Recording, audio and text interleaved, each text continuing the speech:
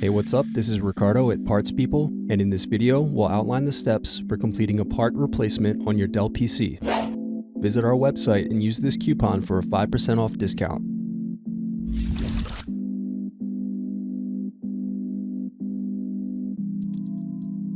First, unscrew and remove bottom cover access door.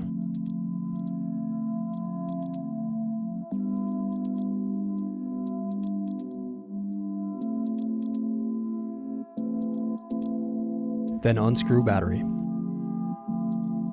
Now remove and unplug battery. Now unplug hard drive cable. Now unscrew and remove hard drive.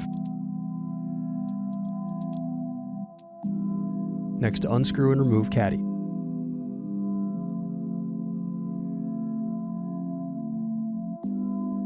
Now unplug hard drive cable. Thanks for watching. Don't forget to like and subscribe if you enjoyed this video. And if you need more, check out this playlist to watch other tutorials for your laptop.